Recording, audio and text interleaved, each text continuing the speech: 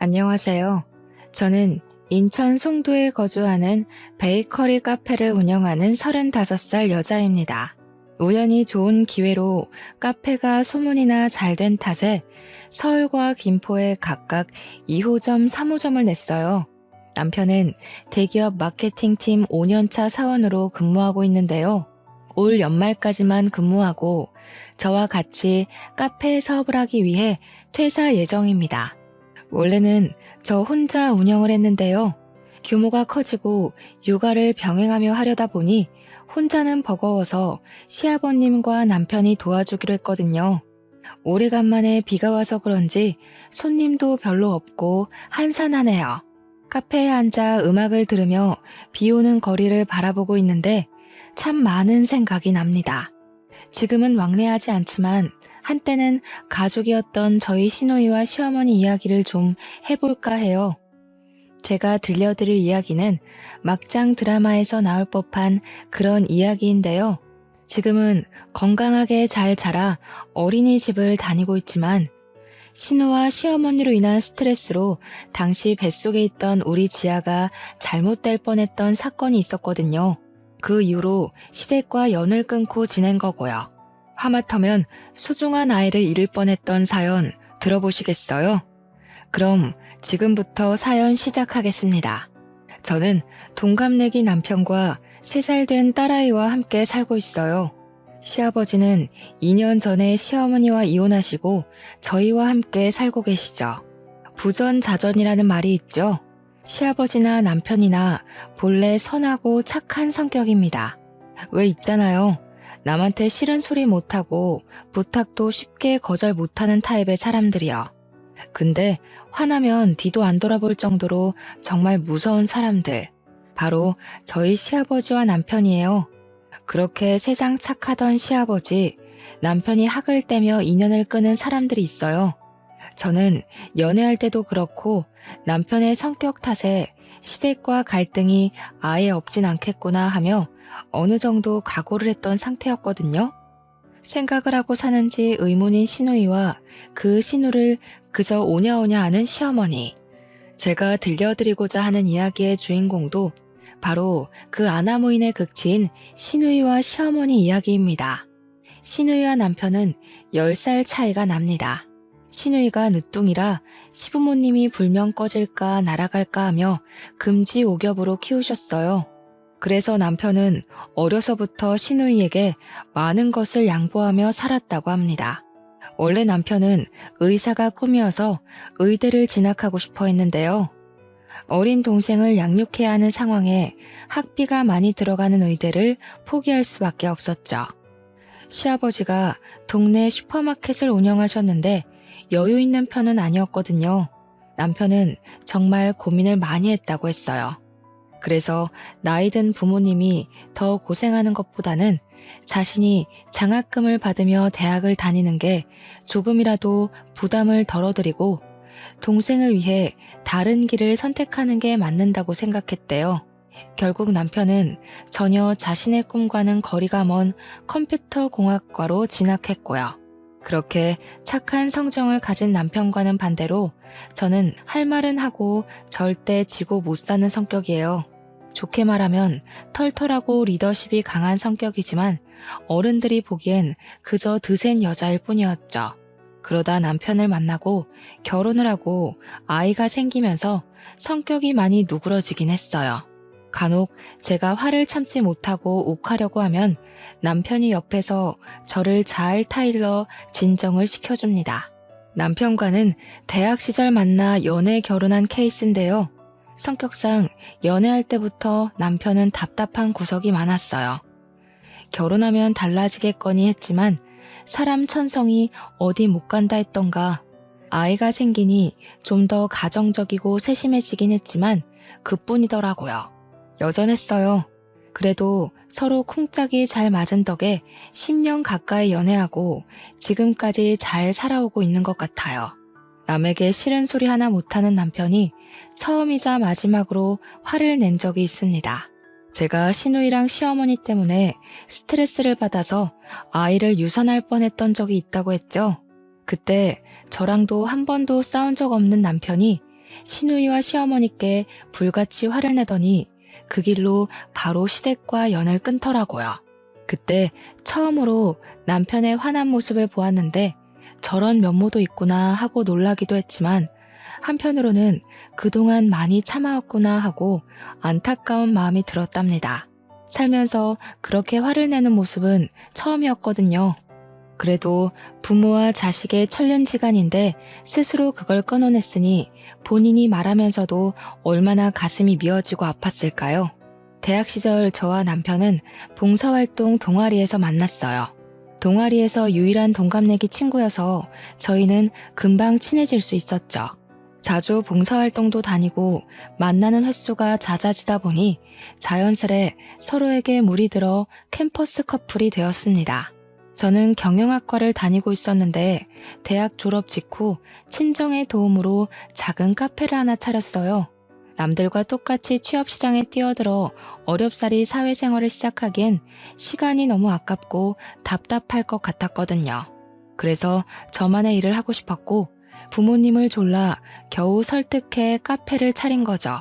부모님은 멀쩡한 대학 나와서 왜 사서 고생하냐고 만류하셨지만 제가 제과제빵 자격증, 바리스타 자격증 등 여러 자격증 공부를 하는 것을 보시더니 의지가 대단하다며 칭찬을 해주셨어요. 그래서 지원을 해주실 계획이 없었으나 저의 그 의지 하나만 믿고 투자 명목으로 카페 하나 차려주신 거랍니다. 사실 친정 부모님은 조금 여유가 있으신 분들이에요. 지금은 여행도 다니시며 노후 생활을 즐기고 계시지만 원래는 식품 유통 사업을 하셨어요. 아버지가 부동산 투자에 관심이 많으셔서 어렵사리 모은 돈으로 빌라와 건물을 사두신 게 있는데 그 지역이 재개발이 되면서 의도치 않게 돈방석에 앉게 됐거든요. 일을 하지 않아도 적당히 먹고 살 능력도 되실 뿐더러 최근에는 건물을 하나 더 매입하셨고 그 건물에서 나오는 월세로 행복한 노후를 즐기고 계십니다. 10평 남짓한 작은 공간으로 시작한 제 카페는 지금은 많은 유명세를 탔지만 처음에는 한 달 매출이 150만 원 정도로 정말 미비한 수준이었어요.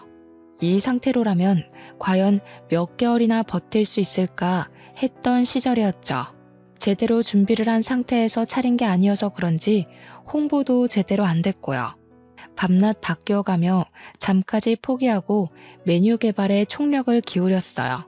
카페 인테리어를 요즘 젊은 사람들 트렌드에 맞춰 심플하게 바꾼 것도 한몫했었죠. 조금씩 빛을 발하기 시작한 건 남편과 결혼을 한 이후부터였어요. 29살이 되던 해 가을날 오랜 연애의 마침표를 찍고 남편과 저는 결혼을 했어요. 저와 남편만 좋으면 그만이다 생각했는데 의외로 많은 어려움이 있더라고요. 결혼을 하는데 파혼 이야기까지 나오며 많은 우여곡절을 겪었거든요.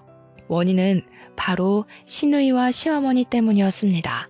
파혼 생각할 정도로 분위기가 정말 좋지 않았어요. 결국 남편에게 중간 역할을 제대로 하겠다는 맹세를 받고 결혼을 했습니다. 신우는 남편과 10살 차이가 나는 늦둥이였어요. 결혼할 당시 19살이었고 정상적이라면 고등학교에 다닐 나이였지만 신우는 학교를 다니지 않았습니다. 어렸을 적부터 오냐오냐 하며 자란 탓에 하도 사고를 많이 쳐 정학을 밥 먹듯이 하다 결국 자퇴를 했거든요. 흔히 말하는 일진무리에 속해 있던 신우는 시도 때도 없이 싸움을 하기도 했고 미성년자 신분으로 술집에 가다 걸리기까지 하는 둥 사고를 쳐대는 신우 때문에 시부모님은 학교로 출근을 하다시피 하셨어요. 그래도 중졸은 면해야 한다며 어르고 달래서 검정고시를 치렀고 3번 만에 고졸 학위를 취득했어요. 그것도 시어머니가 닥달을 해대는 통에 겨우 공부했다더라고요. 지금 생각해보면 시누이는 심성도 머리도 나빴던 것 같네요. 살면서 신우처럼 제멋대로 생각하고 무식하게 행동하는 사람도 처음 봤거든요. 그러다 웬일인지 신우는 1년 정도 시간을 들여 간호조무사 자격증을 취득하더라고요.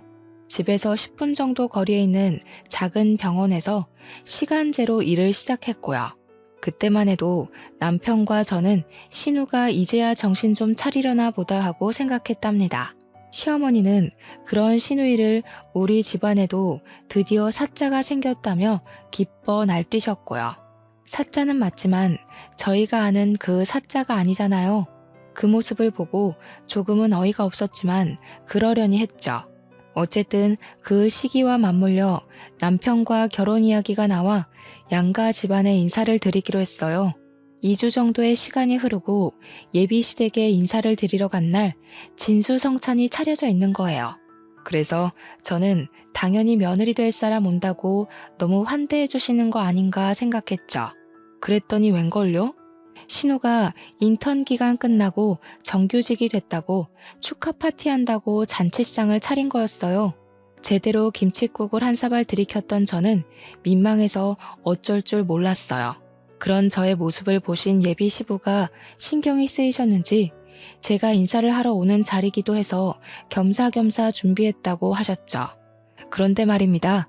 전 밥을 먹으면서 밥이 입으로 들어가는지 코로 들어가는지 몰랐어요. 예비 신우와 예비 시모가 번갈아가며 질문을 해대는 통에 대답하랴 밥 먹으랴 정신이 하나도 없었거든요. 언니, 뭐 안 사왔어요? 나 정직원 된 기념으로 선물 사온 거 없냐고요. 세상에, 오빠, 여자친구 센스가 없어도 너무 없다. 우리 엄마 센스 없는 여자 싫어하는데 점수가 벌써 깎였네? 언니, 이럴 때 점수 좀 따는 거예요. 예, 너는 우리 윤우랑 결혼할 생각이면 미리미리 준비를 했어야지. 카페 운영한다고 했나? 그거 뭐 얼마나 되니? 벌써부터 소원해지면 안 되는 거야. 우리 윤지 봐라. 남들 하기도 어렵다는 그 간호사잖니? 네, 어머니. 미리 챙겨드리지 못해서 죄송해요. 작은 카페긴 해도 혼자 하려니 정신이 없었어요. 다음부턴 잘 챙길게요. 윤지 씨, 축하해요. 예, 윤지 씨가 뭐니? 그래서 가정교육이 중요하다고 하는 거란다. 아무리 나이가 어려도 그러면 안 되는 거란다. 알겠니? 가만. 너 피부 관리하기는 하니? 결혼 앞두고 신경 쓸 게 아니라 평소에 잘 가꿔둬야 하는 거야. 역시 내 딸이 세상에서 제일 예뻐. 어떻게 처음 인사 오는 자리인데 면전에 대고 대놓고 저런 말을 하나요? 예비 시모는 제 면전에서 대놓고 외모 지적질을 하질 않나. 우리 간호사 선생님이라며 제 인사는 듣는 둥 마는 둥 하더니 예비 신우를 치켜 세워주기 바빴죠. 예비 신우는 말끝마다 선물하며 앞으로는 결혼하면 제때 챙겨주라며 조언이라고 하더군요. 남편은 어쩔 줄 몰라 하며 그저 난감해할 뿐이었고요. 그렇게 찝찝한 마음으로 인사를 드리고 늦은 저녁이 돼서야 나왔습니다. 자기, 아까 어머니가 하시는 소리 듣고 어떻게 가만히 있을 수 있어? 왜 아무 말도 않고 있었냐고. 내가 그런 소리 듣자고 인사 온 거야? 너무한 거 아니야? 난 상 차려준 거 보고 괜히 나 때문에 신경 쓰신 거 아닌가 걱정까지 했어. 근데 뭐? 선물? 피부 관리? 내가 진짜 어이가 없어서. 아무리 그래도 이건 경우가 아니지. 하은아, 미안해. 우리 엄마가 원래 동생이라면 사족을 못 쓰셔. 나이 차이가 많이 나다 보니 오냐오냐 하시는 게 좀 있으셔. 내가 나서주지 못해서 미안해. 다음부턴 그런 일 없게 할게. 한 번만 용서해주라, 응? 그래, 잘난 아들이 며느리 될 사람 데려온다니 눈에 안 차실 수도 있겠지. 그래도 어떻게 면전에 대고 그렇게 말씀하실 수 있는 거지? 사람을 얕봐도 유분수지. 앞으로 어머니가 나한테 한 번만 더 이러면 나 가만히 안 있을 거야. 알겠어? 알겠어, 미안해. 우리 엄마가 너한테 함부로 하는 일 절대 없게 할게.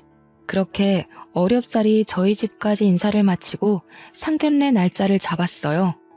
아니나 다를까 상견례 날에도 예비 신우가 함께 자리했는데 정말 눈치가 없는 건지 본인이 마치 시어머니라도 되는 양 저희 부모님한테 이것저것 캐묻기 시작하더라고요. 누가 보면 경찰이 범죄자 취조하는 줄 알았다니까요. 정말 생각이라는 것을 하나 싶을 정도로 무례한 질문을 하기 시작하더군요. 이 자리가 어떤 자리인지 낄 때 안 낄 때 구분해야 하는데 무슨 생각인지 파악이 되질 않았습니다. 애초에 생각이란 걸 하지 않았을지도 모르죠. 우리 오빠는 대기업 다니면서 돈도 많이 버는데 언니는 코딱지만한 가게 하나 운영하면서 혼수나 예단을 제대로 할 수나 있겠어요? 매출이 잘 안 나온다고 들었는데 무슨 돈으로 결혼시킬 거예요? 아가씨, 저의 모아둔 돈도 조금 있고 형편에 맞춰 결혼할 거예요. 그렇게 걱정 안 해주셔도 돼요. 저희가 하는 결혼이니 최대한 손 안 벌리고 하려고요.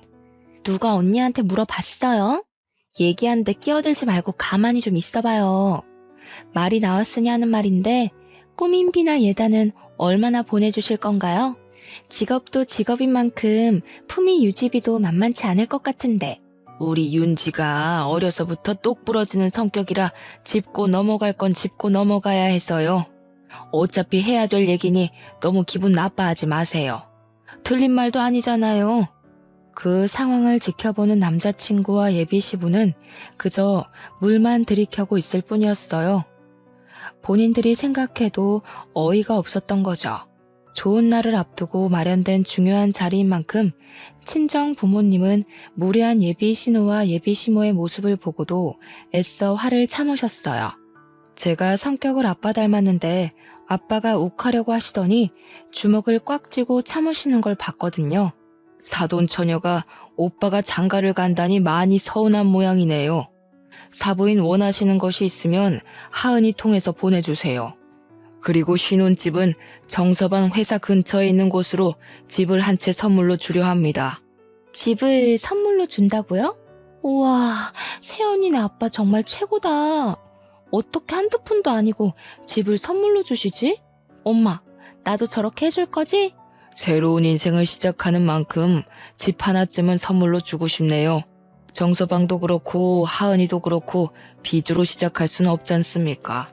그리고 필요하신 예단이 있으면 하은이 통해서 보내주시죠. 잘 챙겨드리겠습니다. 사도는 이야기가 잘 통하는 것 같아서 다행이네요. 그럴수록 혼수나 예단은 넉넉히 해오셔야 되는 거 아시죠? 어디 하나 빠지지 않은 우리 아들 데려가려면 그 정도는 각오하셔야 하는 겁니다. 아시겠어요? 솔직히 저는 인내심이 한계에 이르러 그 자리를 박차고 나오고 싶었어요. 저와 제 부모님이 그런 소리를 들을 이유는 없잖아요. 제가 작은 카페를 한다고 돈이 되냐며 무시를 하지 않나? 첫 만남 때도 그래요. 제 외모 지적질에 신우 선물 안 사왔냐며 훈수를 두는 것 하며 뭐 하나 마음에 드는 게 없었어요. 결국 상견례가 끝나고 남자친구와 크게 다투게 되었죠. 자기야, 진짜 너무한 거 아니야? 저번 인사 때도 그렇고 오늘이 어떤 날인데 아가씨가 나서? 왜 아무 말도 안 하고 꿀먹은 벙어리처럼 행동하는 거야? 내가 이런 수모 겪으면서까지 너랑 결혼해야 돼? 하은아, 좋은 게 좋은 거라고 그러려니 하고 넘어가면 안 될까? 솔직히 나도 어떻게 해야 할지 모르겠어. 어디서부터 손을 써야 하는지 감이 안 잡혀. 나도 너무 답답하단 말이야. 다른 사람도 아니고 나 네 와이프 될 사람이야. 그리고 아가씨가 낄 자리야? 얌전히 앉아서 밥만 먹어도 모자란데 거기서 자기가 왜 나서는데? 내가 우리 부모님 봐서 참은 거야. 알아? 내가 할 말이 없다. 정말 미안해, 하은아. 이번 한 번만 이해해줘. 내가 이렇게 미안하다고 하잖아. 우리 결혼하면 내가 정말 잘할게. 상견례가 끝나고 난 뒤에도 예비 시모 신우는 예단에는 이런 게 포함되어야 한다며 틈만 나면 전화해 잔소리를 해댔습니다. 언니가 잘 모르는 것 같아 이야기해 주는 거예요. 우리 집에 놓을 안마기, 세탁기, 건조기, 그리고 우리 엄마랑 내 명품백 하나씩.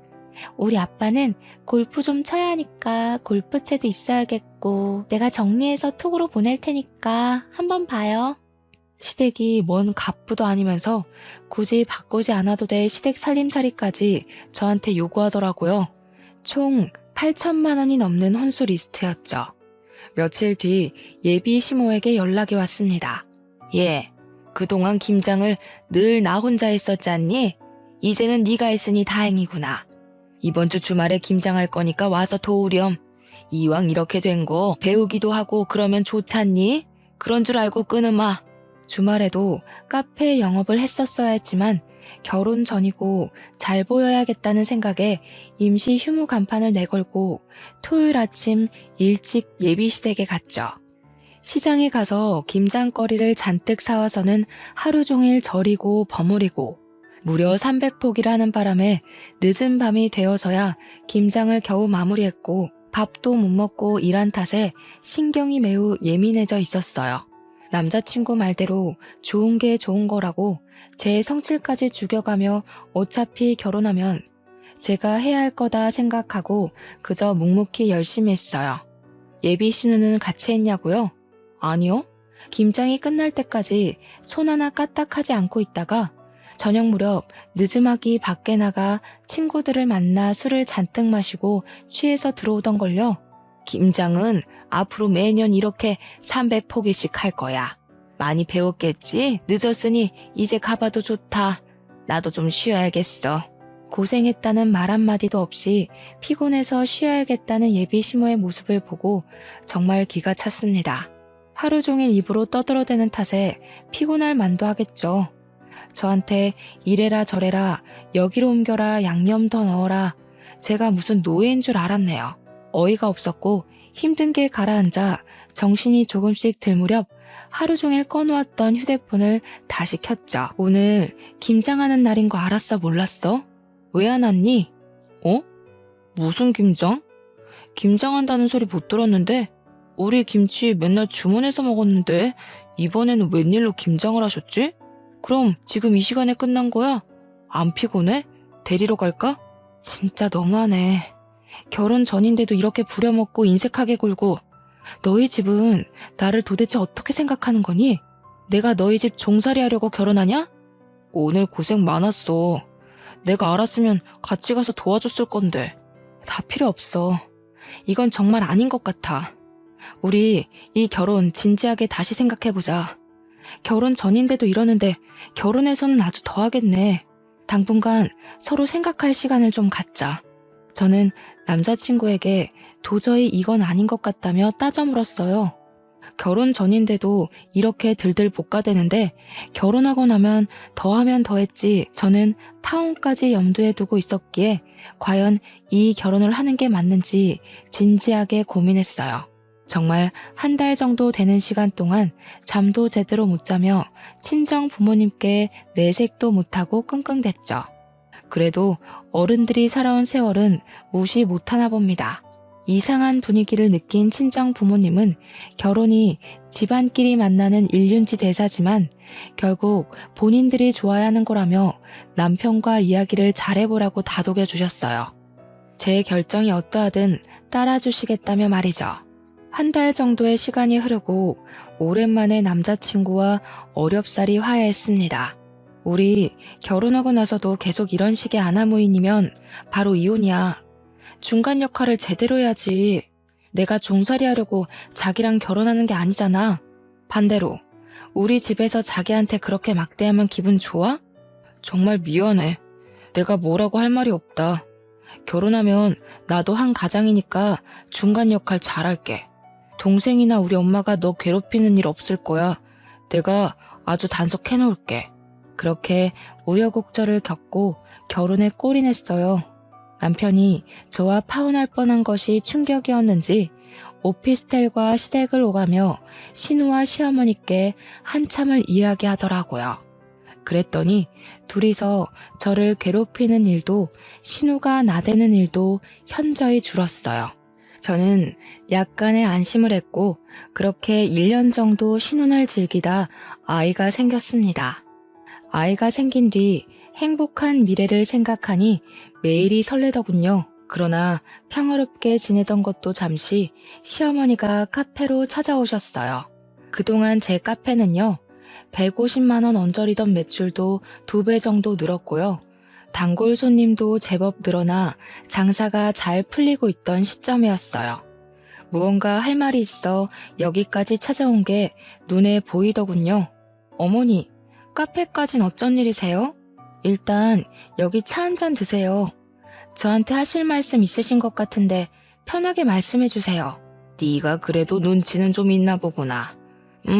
사실은 말이다. 윤지가 몇 개월 전에 만난 남자친구가 있는데 그 사람이 의사란 말이다. 윤지가 결혼을 하고 싶어 하는데 너도 알다시피 우리가 여유 있는 집은 아니잖니. 아가씨가 결혼하는데 무슨 문제라도 있어요? 마음 맞는 사람들끼리 알아서 해야 할 문제인데 어머니가 왜 근심이 많으세요? 얘 말하는 것 좀 봐. 다른 것도 아니고 의사 집안이라잖니. 결혼한다 하면 예단이며 혼수며 한두 푼이 아닐 텐데 우리 집 형편에 그 집 맞춰주려면 등골이 휜다 휘어. 그래서 말이다.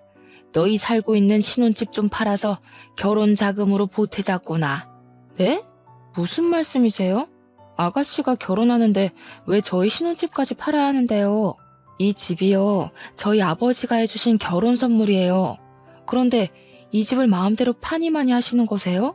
내가 알아보니 시세가 8억 정도는 하더구나.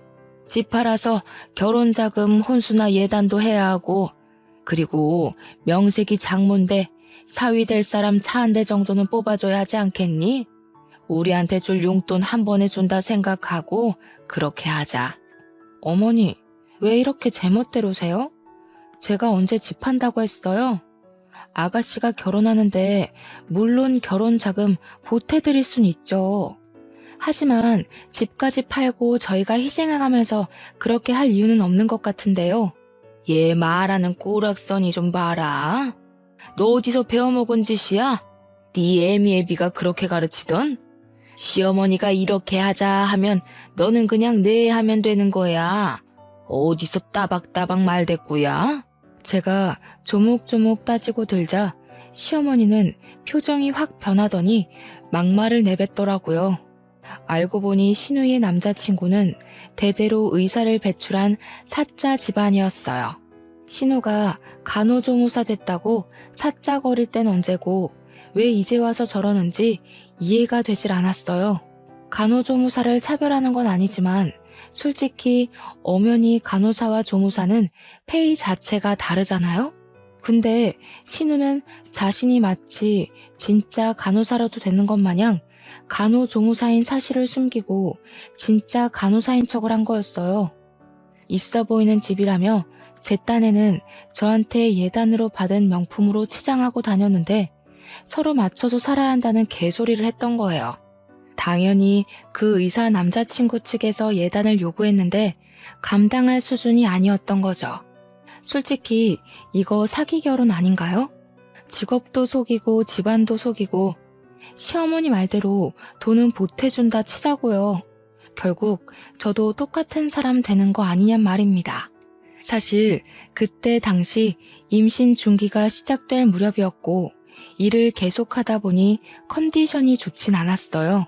병원에서는 원체 몸이 약한 체질이라 몸에 무리가 가면 안 되니 카페를 정리하는 것이 어떠냐고 할 정도였거든요.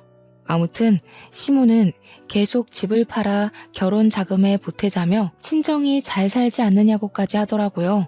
신혼집 턱하니 선물해주지 않았냐며 능력 있는 것 아니냐면서요. 친정까지 들먹이는 바람에 속에서 열불이 났지만 겨우 참아내며 친정 부모님과 남편에게 이야기해본다 말씀드리고 시어머니를 겨우 집으로 돌려보냈습니다. 저녁 시간이 다 되었을 무렵 이번에는 신우이가 연락이 오대요. 언니, 난데요. 엄마한테 다 들었어요. 제가 결혼한다는데 그깟 돈도 못 보태요? 자신이 결혼 못해서 인생 망하면 다 언니 책임이에요. 알겠어요? 아가씨, 뭔가 잘못 알아도 한참 잘못 알고 있는 것 같아서 한마디 할게요. 우리 집을 팔면서까지 그 집안이랑 결혼해야 할 이유가 있어요? 거짓말을 하면서까지? 당당하게 아가씨를 있는 그대로 오픈해야지. 뭐가 두려워서 거짓말을 하는데요. 내가 거짓말을 하던 안 하던 그건 내가 알아서 할 일이고. 아무튼 집 팔아서 내 결혼 자금 좀 보태줘요. 하나밖에 없는 남편 동생이 시집 간다는데 있는 집에서 그 정도는 해줘야지. 안 그래요? 그런 줄 알고 있을게요. 내가 말했죠. 왜 우리 집을 팔아야 하느냐고요. 내 말 무슨 뜻인지 몰라요? 이 집 팔 일 없고 팔지도 않을 거지만 아가씨, 결혼은 아가씨가 알아서 해야 하는 거예요. 형편에 맞춰야지 욕심내지 말아요. 끊어요. 그 시어머니의 그 시누이. 둘이 연달아 말도 안 되는 말로 괴롭히는 통에 제가 스트레스를 많이 받았나 봅니다. 전화를 끊고 갑자기 배가 뭉치며 묵직한 통증을 느꼈고 저는 그 자리에 주저앉아 정신을 잃고 말았어요. 눈을 떠보니 저는 병원 응급실에 누워있더라고요. 알고 보니 카페에 있던 직원이 쓰러진 저를 보고 구급차를 불러 병원으로 온 거였어요. 병원에서는 제 휴대폰으로 남편에게 연락을 한 뒤였고 연락을 받고 달려온 시어머니는 옆에서 똥 씹은 표정으로 절 노려보고 있었어요. 남편은 일하던 도중에 저에게 달려왔고 시어머니에게 저한테 가보라고 부탁을 했던 것 같더라고요. 시어머니 표정은 내가 왜 여기에 있어야 되냐, 귀찮아 죽겠네, 딱 이런 느낌이었습니다.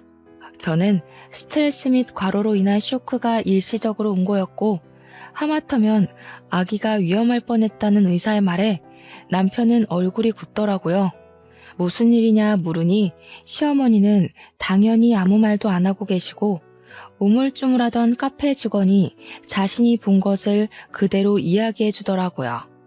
사실 저분이 카페로 찾아오셔서는 사장님이랑 말씀을 나누시는데 돈 이야기를 하시는 것 같더라고요. 가시고 나서 얼마 안 있다 전화를 받으셨는데 통화가 끝나고 한숨을 깊게 내쉬시더니 그대로 쓰러지시더라고요. 무슨 말씀을 나누신 건지 모르겠지만 제가 본 건 그게 다예요. 자기야, 신경 쓰지 마. 별일 아니야. 별일이 아니긴 뭐가 아니야. 아이를 잃을 뻔했다잖아. 엄마, 이 사람한테 무슨 이야기 한 거예요? 전화는 또 뭐고 사실대로 말해요. 예, 너 지금 엄마한테 그게 무슨 말버릇이야? 나 때문에 쓰러지기라도 했다는 거냐? 그래, 내가 윤지 결혼 이야기를 좀 했다. 너희 집 팔아서 결혼 자금 좀 보태라고. 그게 그렇게 못할 말이냐? 그리고 쓰러진 게 왜 내 탓이야? 자기 몸 하나 간수 못하는 주제에 그걸 왜 내 탓으로 돌려? 남편은 제발 조용히 좀 하라며 소리치는 시어머니를 병원 밖으로 내쫓았어요. 병원 밖으로 끌려나가다시피 하면서도 저에게 삿대질을 하며 몸 관리나 잘하라고 소리치더군요. 큰 사달이 날 것 같아 카페 직원에게 더 이상 말하지 말아달라는 제스처를 취했으나 그 직원이 결국 남편에게 있는 그대로 사실을 말해버렸어요. 남편은 잔뜩 화가 난 표정으로 얼굴이 새빨개지더니 얼굴이 굳더라고요. 링거만 맞고 가면 된다는 의사의 말에 휴식을 조금 취한 뒤 남편은 아무 말 없이 저를 집으로 데려다 주더니 잠시 다녀올 곳이 있다며 나갔습니다. 그렇게 한두 시간이 흘러 곤히 자고 있는데 시누이에게 전화가 오는 겁니다. 받을 기력도 없었지만 무슨 말을 또 하려나 하고 받았죠. 글쎄 전화를 받았더니 싸우는 소리와 함께 온갖 욕설이 난무하는 거 아니겠어요? 어라? 자고 있었나 봐요? 그걸 그렇게 다 고자질하니까 좋아요? 새언니 처음부터 마음에 안 들었어. 지금 오빠 난리치고 있는데 너는 상황에서 자냐? 내가 의사랑 결혼하는 게 그렇게 안 이꼬여요? 이 결혼 못하면 책임질 거냐고. 알고 보니 남편이 시댁으로 가 그동안 쌓인 울분을 다 터뜨리고 있던 거였습니다. 휴대폰 너머로 남편과 시어머니의 소리가 들리더라고요. 아이가 잘못되기라도 했으면 다 같이 죽어도 모자라요. 어떻게 임신한 사람 생각은 하나도 하지 않으세요? 나는 그렇다 쳐도 하은이한테는 그러면 안 되죠. 도대체 왜 이렇게 못 잡아먹어서 안달이냔 말이에요. 너는 이 엄마한테 못하는 소리가 없어. 내가 널 그렇게 가르쳤니? 둘 다 그만해. 세아가 보기에 부끄럽지도 않아? 일단 둘 다 진정 좀 하란 말이야. 당신도 제발 그만해. 몸 상태도 말이 아니지만 가만히 있을 상황은 아닌 것 같아 지친 몸을 이끌고 20분 거리에 있는 시댁으로 갔습니다. 시아버지가 겨우 말린 덕에 다행히 시끄러운 상황은 끝이 나 있는 상태였고 시어머니와 남편은 여전히 씩씩대며 분을 사귀지 못하고 있었어요. 저는 시아버지에게 대충 상황 설명을 들었죠. 집안에 여자를 잘못 들여서 이런 사달이 났다. 하나밖에 없는 여동생 잘 되는 게 그렇게 배가 아프니? 전현이 며느리로 들어와서 이 사달이 난 게다. 그러게 얘, 너만 알겠습니다 하면 조용히 넘어갔을 일인데 이렇게 만드니까 좋으니? 언니네 친정 돈 좀 있다고 그렇게 막 무시하고 살아도 돼요? 평소에도 우리를 얼마나 고깝게 생각했으면 이딴 식으로 행동을 하실까? 나 결혼 못하면 다 오빠랑 언니 책임이야. 저도 참는데 한계가 와서 한마디 차려는 찰나 남편이 제 앞을 가로막는 게 아니겠어요? 앞으로 인연 끊고 삽시다. 더 이상 아들과 엄마, 오빠 동생 사이도 아니에요. 나중에 죽어서야 연락하시고 앞으로 다시는 연락하지 마세요. 아니, 죽어서도 연락하지 마요. 지금까지 늘 어머니가 하라는 대로 하며 살았어요. 그리고 윤지한테도 할 만큼 했다고 생각합니다. 뭐? 인연을 끊어? 부모와 자식이 천륜으로 이어져 있는데 네가 감히 끊는다고? 언제까지 거짓말하면서 그 잘난 의사 사이 얻으려고 노력하실 거예요? 하은이랑 저는 가족도 뭣도 아니에요. 이 사람 아이 잃을 뻔했어요. 그러고도 대우받길 원하세요? 저희한테 해주신 게 도대체 뭐예요? 앞으로 연락하지 마시고 윤지가 결혼하든 말든 내 상관할 바 아닙니다. 그렇게 남편은 한바탕 쏟아낸 뒤 무표정으로 제 손을 잡고 집을 나왔어요. 집으로 돌아와 제 앞에서 애써 아무렇지 않은 척하며 앞으로는 우리만 생각하자고 자기 엄마 때문에 고생시켜 미안하다며 사과를 하더라고요. 그렇게 시댁과 연을 끊게 됐고 종종 시아버지가 몸은 괜찮냐며 연락을 주실 뿐이었어요. 그 뒤로 시누이는 어떻게 됐냐고요? 결국 시누이는 남자친구에게 직업을 속인 것이 들통이 났고 파혼을 당했어요. 제가 실려갔던 응급실이 시누이 남자친구의 병원이었고 응급실에서 저와 남편, 시어머니가 나눈 대화를 우연히 그 사람이 들었대요. 시어머니와 시누이는 저에게 연락을 시도해왔지만 남편이 휴대폰 번호도 바꾸고 연락을 차단시켜 버리더라고요. 저도 컨디션이 어느 정도 회복이 되어 카페에 다시 출근을 시작했죠. 잠잠하나 싶더니 아니나 다를까 카페에까지 찾아오더라고요. 당연히 연락이 안 되니 그럴 수밖에요. 직원들이 제지를 하며 카페 안에 들어오지 못하게 하기도 하고 제가 경찰을 불러 쫓아내기도 하며 크고 작은 소란을 피워댔어요. 그러다 보다 못한 직원이 경찰에 신고도 하고 남편이 시어머니한테 한 번만 더 찾아오면 영업 방해죄로 고소할 거라며 엄포를 놓은 탓인지 다행히 그 뒤로는 잠잠해지더라고요. 그렇게 한바탕 소란이 마무리되고 조금은 평화로운 시간이 찾아왔답니다. 우연히 인터넷으로 제 카페가 동네 맛집으로 소개되면서 방송에 나오게 됐는데 점점 유명세를 치르기 시작하더라고요. 덕분에 잡지사 인터뷰도 해보고 방송 출연으로 인해 지역 맛집으로 선정되기까지 했습니다. 실제로 방송 출연을 하다 보니 입소문이나 자연스럽게 승승장구하게 되더군요. 500만 원 정도 수준에서 월 2천, 많게는 2,500만 원으로 매출도 급상승하더라고요. 혼자 카페를 운영하기 어려운 수준이 되자 남편은 회사를 연말까지만 다니기로 했어요. 퇴사 후 저와 같이 카페 사업을 하기로 했거든요.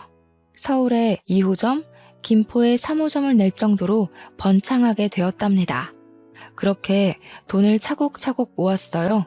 신혼집을 정리하고 모은 돈을 보태서 지금 살고 있는 송도의 아파트로 이사를 왔고요. 아이가 태어나고 직원들에게 업무를 일임하며 잠시 쉬고 있는데요. 정말 그야말로 행복한 나날을 보내고 있었습니다. 그들이 또 나타나기 전까지는 말이죠. 서울에 2호점을 낸 지 얼마 되지 않아 저희도 배달 서비스를 시작하게 되었어요. 요즘에는 인터넷으로 주문과 결제를 할 수 있는 편리한 세상이 온 거죠. 정신없는 와중에 저희 카페를 홍보해주는 업체로부터 이상한 연락을 받았어요. 며칠 전부터 카페에 대한 안 좋은 글이 퍼지고 있다는 겁니다. 저희가 홍보하면서 손님들과 소통하는 메신저가 있는데 거기에 계속 악플이 달리고 블로그에 저희 카페에서 이물질이 발견됐다며 비위생적이라는 내용이 담긴 글들이 수두룩한 거 아니겠어요? 댓글 중에는 아이를 욕보이는 댓글도 있어 이대로 두고 볼 수는 없었죠. 바로 경찰에 신고해서 악플러들을 모조리 고소할 생각이었습니다. 한 달 정도가 지났을까 경찰서에서 한 통의 전화가 걸려왔어요. 이혜원 씨 되시죠? 안녕하세요. 여기는 서울경찰서 행정팀인데요. 혹시 김경자님, 정윤진님과 관계가 어떻게 되실까요? 명예훼손 및 인터넷 허위사실 유포 혐의로 입건되셔서 인적 사항을 조사해야 하는데 도통 말을 하지 않아서요. 네? 저희 시어머님과 시누인데요. 도대체 무슨 일이죠? 이하은 씨가 운영하는 블로그에 허위사실 유포하고 악플 달고 이 사람들이 그 사람들이더군요. 어떻게 할까요? 귀가 조치해드릴까요? 아니요. 저희가 우선 경찰서로 가겠습니다. 확인해야 할 사항도 있고요. 직접 뵙고 말씀드릴게요. 1시간 정도쯤 걸릴 것 같네요. 남편과 같이 갈게요. 아이를 친정에 잠시 맡기고 남편과 함께 경찰서로 왔는데 시어머니와 신우가 고개를 푹 숙인 채로 앉아있는 게 아니겠어요? 시아버지도 연락을 받고 급히 경찰서로 오신 거라 했습니다. 알고 보니 시어머니와 시누이가 인연을 끊고 살게 된 뒤로 복수를 하고 싶었답니다. 그래서 댓글 알바들을 통해 루머를 퍼뜨리고 악플을 달기까지 아이를 욕하는 댓글도 있었는데 이 모든 게 시어머니와 시누이가 한 짓이라니 기가 막히더군요. 그러자 시아버지가 크게 소리치셨습니다. 난 이제는 도저히 같이 못 살겠다. 그렇게 당하고 나서 조용히 잘 사는 것 같았는데 왜 멀쩡히 사는 애들을 괴롭혀서 이사달이 나게 해? 여보, 우리 이제 이혼합시다. 나도 참을 만큼 참았어. 도대체 어디까지 망가져야 정신을 차릴래? 이혼이요? 이혼이 그렇게 쉬워? 그리고 전현 때문에 우리 집안이 이 꼬락서니가 났는데 왜 다들 나한테만 잘못했다는 거야? 내가 창피해서 세아가 볼 면목이 없다. 하도 창피해서 동네 다니는 것도 두려워. 이제는 그딴 거 신경 안 쓰련다. 너희들이 감옥에서 썩든 말든 알아서 잘 지내. 조만간 이혼 서류 보낼 테니 답변 주고. 아무리 그래도 그렇지. 아빠가 우리한테 이러면 안 되는 거야. 같이 산 정이 있지. 어떻게 아빠가 우릴 버려? 나 감옥 가기 싫어. 아빠, 나 여기서 나가게 해줘요. 응? 나도 봐줄 만큼 봐줬다. 지금까지 당신과 윤지 저지른 죄값은 달게 받아. 분명히 기회는 있었어. 그럼에도 불구하고 너희를 가족을 저버린 거야. 더 이상 서로에게 미련 갖지 말자. 시아버지마저 등을 돌려버리자 그들은 미쳐서 발악을 하기 시작했어요. 저러다 무슨 일 생기는 건 아닌지 걱정을 많이 하더라고요. 자기야, 내가 곰곰이 생각해봤는데 아버님 우리랑 같이 사시는 건 어때? 이렇게 된 거 혼자 계시게 하지 말고 우리가 모시고 사는 것도 좋을 것 같아. 카페 일도 바빠지면 아버님한테 도와달라고 하고 또 지아도 그렇고. 정말? 정말 그래도 돼? 우리 아버지랑 사는 거 안 불편하겠어? 그렇게 말해줘서 정말 고마워 하은아. 내가 앞으로 더 잘할게. 우리 가족이 계속 못난 모습만 보여줘서 미안해. 며칠 뒤 저희 집으로 시아버지가 이사 오셔서 함께 살게 되었죠. 저녁 식사를 하며 오래간만에 오순도순 이야기를 하는데 시아버지가 말씀해 주시길 그동안 신우는 간호사로 사칭하고 다닌 탓에 업계에서 소문이 나 취업이 쉽지 않았다고 해요.